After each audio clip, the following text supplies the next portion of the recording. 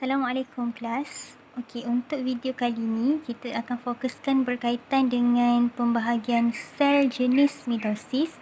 Mana-mana yang belum lagi tengok video sebelum ni boleh tengok dulu part 1 untuk tahu dan faham berkaitan dengan proses pembahagian sel. Okey, sebelum kita go through secara detail, kita kena recall balik 4 konsep yang berkaitan dengan mitosis. Pertama, mitosis hanya berlaku dalam sel soma sahaja, iaitu sel selain daripada sel pembiakan, selain daripada sperma dan juga ovum. Yang kedua, pembahagian sel mitosis hanya akan membentuk 2 sel anak. Yang ketiga, bilangan kromosom setiap sel anak ialah sama dengan bilangan kromosom induk. Dan yang terakhir ialah kandungan genetik dalam sel anak pun sama 100% kopi daripada sel induk. Okey, dalam mitosis ada beberapa fasa yang awak kena tahu, yang mana fasa tersebut ada 4 dan cara nak paling senang ingat ialah awak kena tahu Pak Mat. Okey, apa dia Pak Mat ni? Pak Mat ni ialah pertama, P adalah untuk profasa, M adalah untuk metafasa, A ialah untuk anafasa dan T ialah untuk telofasa. So, kita akan go through satu-satu fasa macam mana dan apa yang berlaku dalam fasa tersebut. Okey, sebelum kita tengok fasa-fasa yang terlibat, ada 3 benda yang awak kena take note untuk setiap fasa. Yang pertama, awak kena take note berkaitan dengan pelakuan kromosom. Yang kedua, pelakuan gentian gelendong. Yang ketiga ialah pelakuan nukleolus dan juga membran nukleus.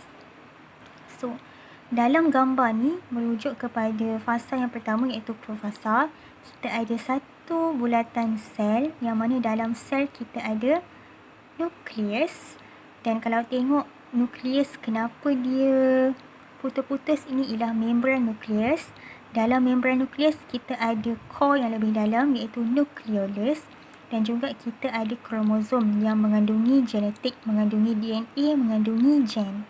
Di luar daripada nukleus, kita ada yang warna orange ni ialah centriole yang akan menghasilkan gentian gelendong. Dan garis putus-putus dekat luar ni ialah gentian gelendong.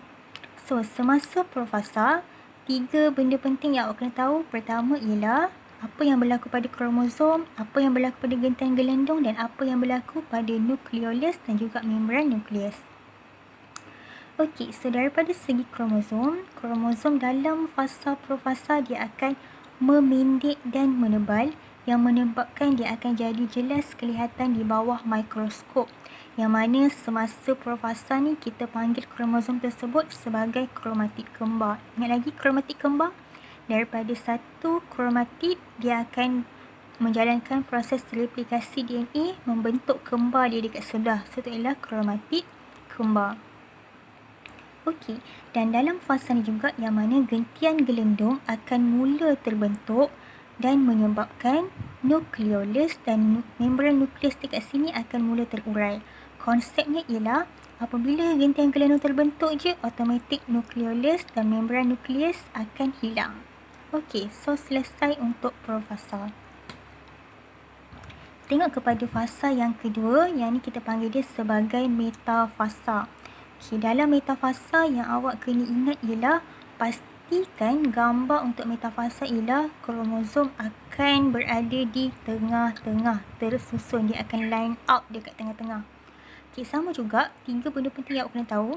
Kromosom, gentian gelendong dan juga nukleolus dan membran nukleus. So, first sekali, tengok kepada kromosom. Semasa metafasa, kromosom ni dia akan tersusun di satah khatulistiwa. Satah khatulistiwa ni ialah berada di tengah-tengah antara sel. Okey, yang kedua, apa yang berlaku pada gentian gelendong? Gentian gelendong akan bergerak ke arah satah khatulistiwa dan melekat pada sentroma yang berada pada kromosom. So, kalau awak tengok ni, dia akan melekat. Gentian gelendong daripada setiap sentriol akan melekat dengan sentroma yang berada pada setiap kromatid kembar. Okey, so selesai untuk fasa yang kedua. Tengok pula kepada fasa yang ketiga, iaitu anafasa. Okey, dalam anafasa awak akan nampak daripada segi gambar dia dah jadi terbelah dekat tengah-tengah. Okay, so apa yang berlaku dekat dalam anafasa ni? Tengok dulu kepada pelakuan kromosom. Okay, kromatid kembar yang tadi yang asalnya bercantum pada sentroma, dia akan jadi terpisah dan bergerak ke kutub yang bertentangan. So, kalau nampak daripada bentuk macam ni, dia akan tertarik ke belah kanan dan juga belah kiri, bergerak ke kutub bertentangan, yang mana dia akan terpisah dan membentuk kromatid. Okay, kalau macam ni, kromatid kembar. Kalau dah terputus, dia akan jadi, namanya kita panggil sebagai kromatid. Okay, kenapa dia boleh terpisah? Ini disebabkan oleh gentian gelendung tadi, dia akan mengecut dan makin lama makin memendek dan bergerak ke arah sentriol. Dan bila dia memendek inilah yang menyebabkan lama-lama sentroma akan membahagi dan menyebabkan kromatid kembar tu terpisah menjadi kromatid. Okey, selesai untuk anafasa dan kita tengok pula kepada fasa yang seterusnya, iaitu telofasa. Okey, dalam telofasa kalau awak tengok dia masih lagi dah terbelah tapi belum terbelah secara sepenuhnya. Dan kalau awak tengok dekat sini, yang ni sebenarnya ialah sitoplasma yang belum lagi terbelah, tapi yang telah membahagi ialah nukleus. So, apa yang berlaku pada kromosom? Kalau tadi tengok kromosom ni membengkok, kromatid membengkok. Dekat dalam telofasa, kromatid ni secara perlahan dia akan jadi menegak kembali, yang mana kromosom dah sampai ke kutub yang bertentangan. Apa yang berlaku kat sini, gentian gelendung akan mula hilang. So, bila automatik bila gentian gelendung hilang, nukleolus dan membran nukleus akan terbentuk semula. Okay, so konsep ni awak kena ingat ialah pada profasa, nukleolus membran nukleus hilang. Pada telofasa, dia akan terbentuk semula. So, awak akan nampak nukleus ni dah berpisah, dah ada 2 nukleus. Tapi sitoplasma masih lagi belum terpisah.